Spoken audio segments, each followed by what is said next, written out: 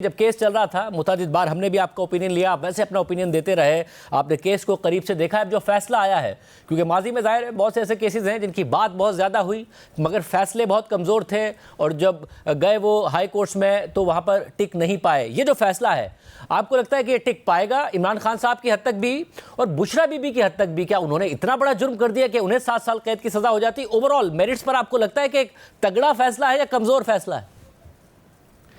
खदर साहब, इसमें फ़ैसले की हद तक तो मैंने इस फ़ैसले को जो देखा है, पढ़ा है, तो मैं ये समझता हूँ कि जज साहब ने बहुत अरसे बाद नैब की तरफ से किसी कोर्ट से जो फ़ैसला आया है उसने बुनियादी तौर पर होता ये था कि कोर्ट से जब फ़ैसला आता था तो प्रोसिक्यूशन का केस पहले से ज़्यादा ख़राब हो जाता था। वो फ़ैसला उसको केस को मज़ीद कमज़ोर कर देता था। ये फ़ैसला बहुत जानदार है। इसमें इसके 2-3 इसके बड़े अहम पहलू हैं। सबसे पहली बात तो ये, इस केस में नैब की इन्वेस्टिगेशन भी दुरुस्त नज़र आती है।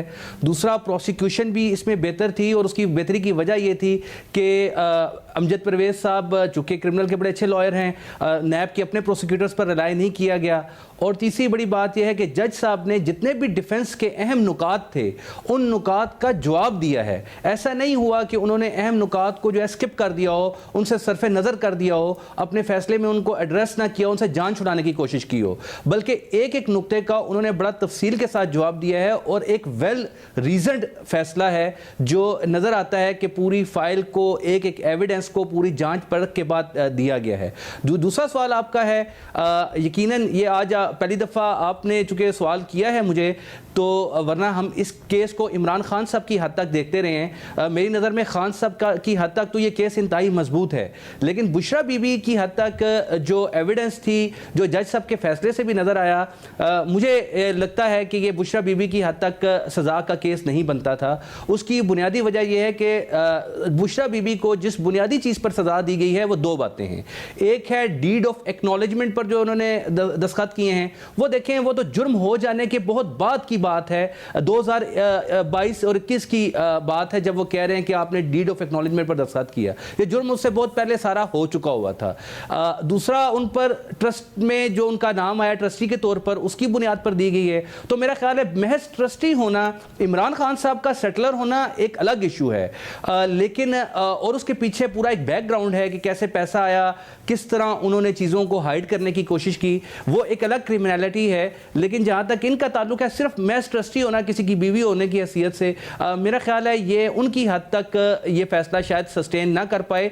लेकिन जहाँ तक खान साहब का ताल्लुक है वहाँ तक तो अदालत ने जो फैसला दिया, देखिए उसमें 3-4 बातें बड़ी अहमियत की हामिल हैं। अदालत ने ये लिखा है अपने फैसले में और एविडेंस की बुनियाद पर लिखा है कि सबसे पहले तो एसेट रिकवरी यूनिट है, वो जो ARU बनाया गया था, वो बुनियादी तौर पर मकासद तो उसके ये बताए गए थे कि पैसा लेकर आना है, मुल्ज़िमान से रिकवरी करनी है, लेकिन उल्टा ये इसको इस्तेमाल इस काम के लिए किया गया कि जो स्टेट का पैसा था उसका फ़ायदा जो है वो प्रॉपर्टी टाइकून को देना शुरू कर दिया गया, जो कि उसके मकासद के बिल्कुल बरअक्स काम किया गया। यानी मुजरिम से पैसा लेकर आना था, आपने मुजरिमों को पैसा वापस देना शुरू कर दिया ARU के ज़रिए। दूसरी बात जज साहब ने जो लिखी, वो लिखा कि सुप्रीम कोर्ट को भी एक मिस रिप्रेजेंट किया गया उस पूरे सिनेरियो में। तीसरी बात, कैबिनेट को जो है वो मिस रिप्रेजेंट किया गया। कैबिनेट की जो पूरी कार्रवाई है और जिस अंदाज में वो नोटिंग चलती रही है, उसकी बुनियाद पर अदालत ने लिखा है कि कैसे पाकिस्तान में कैबिनेट को भी जो है वो डिसीव किया गया, मिस रिप्रेजेंटेशन की गई है। और चौथी जो अहम चीज़ है वो ये है कि जो नोटिंग जिसकी बुनियाद पर इस केस को बताया गया है, उसमें NCA को भी जो है वो मिसगाइड किया गया है। यानी उन लेटर्स का जो शहजाद अकबर साहब ने लिखे और उन लेटर्स के कंटेंट्स का पहले जो कोरेस्पोंडेंस वो करते रहे और बाद में जब उन्होंने प्रॉपर्टी टाइकून को फायदा देना था तो उस फायदा देने के लिए उन्होंने जो कोरेस्पोंडेंस की, उस कोरेस्पोंडेंस में उन्होंने ये बताया कि पहले वो बताते रहे कि साहब उनके खिलाफ केसेस हैं पाकिस्तान में, सुप्रीम कोर्ट में है, नैब में बहुत से केसेस हैं, बहुत से करप्शन के स्कैंडल चल रहे हैं, लेकिन बाद में अचानक उन्होंने जो है एसेट रिकवरी यूनिट ने यू टर्न ले लिया और उसके बाद उन्होंने कहा अब वो केसेस सेटल हो गए हैं। और ये तासुर दिया गया कि जो पैसा आप नेशनल क्राइम एजेंसी, ये कहते हैं ना जी सिविल लाइबिलिटी थी, बेसिकली बरतानिया के कानून को अगर आप देखें तो नेशनल क्राइम एजेंसी के नाम से ही वाज़ेह है, वो क्रिमिनल मैटर्स को डील करती है, तो वो सिविल लाइबिलिटी नहीं होती, बेसिकली बेसिकली वो जब रिकवरी करते हैं उसके दो पोर्शन होते हैं, एक रिकवरी का और एक सजा दिलवाने का। तो रिकवरी वाला जो एस्पेक्ट है उसमें ये एग्रीमेंट गया और वो सारी चीजें गई। तो बुनियादी तौर पर ये अच्छा जो नोटिंग है जज साहब ने उसकी भी बड़ी अहमियत की हामिल है। इनका एक एतराज था इस फैसले पर बहुत बड़ा कि जनाब वो डीड नहीं आई, कॉन्फिडेंशियलिटी जो पेश की जानी चाहिए थी। जज साहब ने उसकी बड़ी लॉजिकल रीजनिंग दी है। उन्होंने कहा कि डीड ऑफ कॉन्फिडेंशियलिटी जो है वो तो बरतानिया के कॉन्फिडेंशियल डॉक्यूमेंट है, ठीक है, लेकिन जो नोटिंग है जिसको ये एडमिट करते हैं, और बुनियादी प्रिंसिपल है कानून का, things admitted need not to be prove, कि जो आप मान लेते हैं वो मानते क्या है। नोटिंग के बारे में वो ये कहते हैं, उसका सहारा भी लेते हैं वो कि सुप्रीम कोर्ट में पैसा आया था, देखे वो उसको रियासत को नुकसान नहीं हुआ। उस नोटिंग के अल्फाज ये हैं कि account freezing order and repatriation of funds to Pakistan. भाई ये जो आपने नोटिंग की थी, कैबिनेट को भेजी थी, जो पहले पैसा आप ले चुके थे, रिपेट्रिएट सुप्रीम कोर्ट के अकाउंट में हो चुका हुआ था, डीड भी एक माह पहले आप नवंबर के महीने में उनको भेज के 6 नवंबर को आपने वो भी भेज चुके थे। कैबिनेट में आपने 2 दिसंबर को ये नोटिंग दे रहे हैं, यानी 1 महीने बाद दे रहे हैं आप। और उस नोटिंग में आप ऊपर नोटिंग में उसकी हेडिंग यही है कि आप जो है account freezing order, account freezing order मेरा तो नहीं था, पाकिस्तान का तो नहीं था, पाकिस्तान की किसी अदालत का भी नहीं था, वो अकाउंट फ्रीजिंग ऑर्डर है ही वेस्टमिंस्टर कोर्ट है बरतानिया की, उसका डिस्ट्रिक्ट कोर्ट का ऑर्डर था, उस ऑर्डर का हवाला दिया गया है। और रिपेट्रिएशन ऑफ फंड्स जो है वो है ही बुनियादी तौर पर रिपेट्रिएशन किस चीज की कर रहे हैं आप, यानी फंड बाहर मौजूद थे उसको आप पाकिस्तान लेकर आ रहे हैं। तो ये जो एस्पेक्ट है इसको तो आप खुद मानते हैं, तस्लीम करते हैं, इसी का आप सहारा ले रहे हैं। तो जज साहब ने कहा कि वो डीड ना भी हो तो इन एडमिटेड फैक्ट्स की बुनियाद पर जो है ये इसका जवाब। मगर जब हाई कोर्ट में मामला जाएगा तो जो कुछ मामलात हैं जिसमें यह बताया गया कि नैब हेडक्वार्टर ने वजारत खारजा के जरिए बरतानवी अथॉरिटीज़ को म्यूचुअल लीगल असिस्टेंस की दरख्वास्त भेजी, जिसका जवाब नहीं आया। 5 दस्तावेजात मांगी गई जिसमें प्रॉपर्टी टाइकून के अकाउंट्स और हसन नवाज से खरीदी गई वन हाइट पार्क के फ्रीजिंग ऑर्डर की तस्दीकशुदा कॉपी, नेशनल क्राइम एजेंसी की पाकिस्तानी हुकाम के साथ राब्ताकारी की तफसीलात, प्रॉपर्टी टाइकून और उनकी फैमिली के साथ एनसीए का सेटलमेंट एग्रीमेंट। ये जो चीज़ें अगर ये मिसिंग है, नहीं दी आई बरतानिया से, क्या इसका असर नहीं पड़ेगा? क्योंकि कम से कम तहरीक इंसाफ यही कह रही है कि इसका बहुत फर्क पड़ेगा, ये मिसिंग लिंक है।